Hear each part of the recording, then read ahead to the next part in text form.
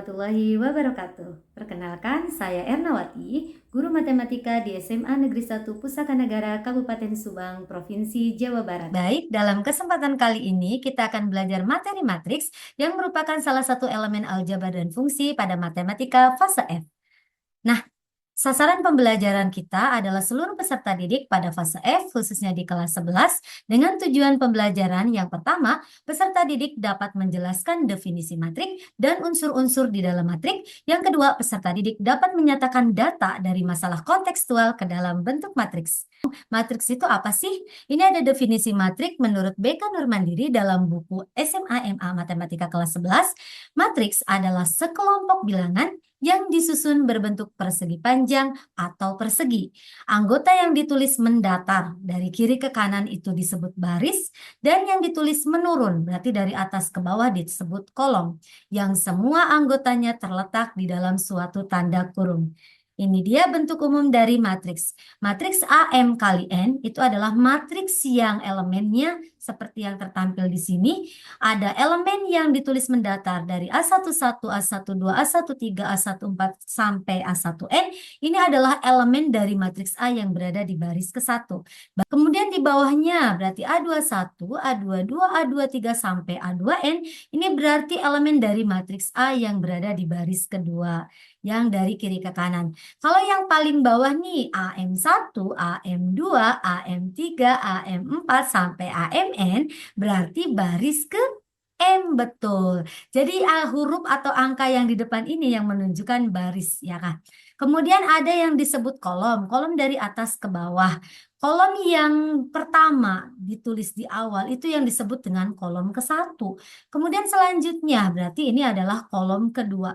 Kalau dilihat-lihat, kolom itu bisa dilihat dari angka yang kedua. A11, A21, A31, A41 sampai AM1 itu adalah kolom ke-1. A12 sampai AM2 ini adalah kolom kedua. Maka ini kolom yang terakhir, kolom keberapa? Ya, kolom ke N kan, karena di sini huruf yang terakhirnya adalah N. Oke, selanjutnya catatan penting dalam matriks. Yang pertama, tanda kurung di dalam matriks itu hanya ada dua. Kita bisa menggunakan kurung siku ataupun kurung biasa seperti yang tertampil di sini. Kemudian, penamaan matriks itu harus menggunakan huruf kapital. Nama tuh yang mana? Ini contohnya ada matriks A. Boleh A, boleh B, boleh C, boleh apapun. Yang penting dituliskan dengan menggunakan huruf kapital atau huruf besar. Kemudian angka dalam tanda kurung itu disebut elemen atau unsur di dalam matriks ini kan.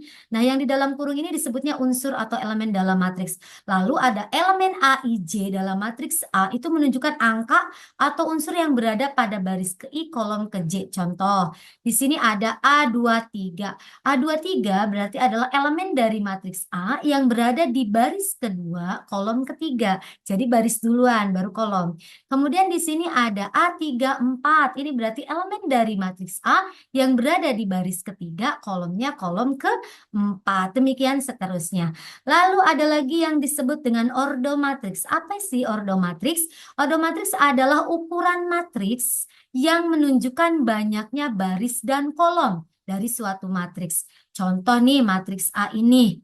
Ini adalah banyak barisnya berapa? 1, 2, 3 sampai M kan. Banyaknya barisnya M. Banyaknya kolomnya sampai N. Maka ordo dari matriks A ini adalah M kali N dan penulisannya di sebelah nama matriks ya. Ini ordo matriksnya M kali N. M-nya baris, N-nya kolom.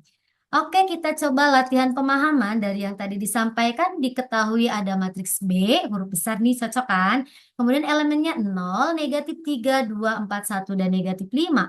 Maka tentukan yang pertama ordo matriks B. Ayo, ordo itu apa? Kemudian elemen B23 tuh berarti elemen yang di posisi mana? Kemudian elemen pada baris ke-1 yang mana? Dan elemen pada kolom ketiga. Coba diperhatikan dari matriks B. Kita coba jawab, mudah-mudahan kalian sudah punya jawaban ya.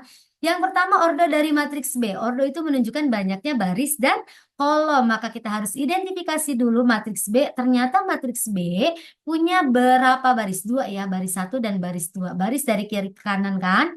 Kemudian ada kolom 1, kolom 2, dan kolom ketiga. Maka ordo dari matriks B gampang banget, 2 kali 3, ya kan?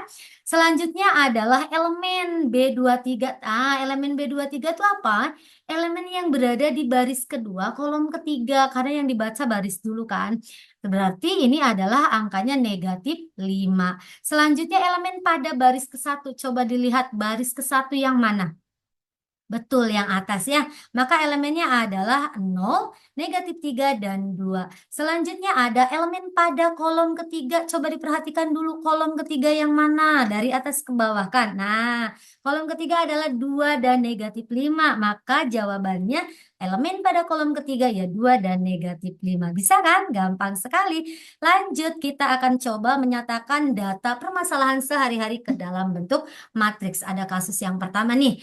Tabel 3.1 menunjukkan daftar stok buku pelajaran pada 3 toko buku. Ada toko buku A, B, dan C. Di toko buku A tersedia buku matematika 38, fisika 25, kimia 20, biologi 8, dan seterusnya. Nyatakan data di samping dalam bentuk matriks. Nah, kalau data kita, permasalahan kita udah dalam bentuk tabel, gampang sekali membuat matriksnya. Tinggal kita ambil angka-angka yang ada di dalam tabel itu gitu ya. Nah, untuk judul-judulnya tidak dimasukkan ke dalam matriks, jadi yang diambil adalah angka-angkanya saja. Sehingga kita punya matriks untuk tabel 3.1 itu sebagai berikut. Nah, saya kasih nama matriksnya matriks M.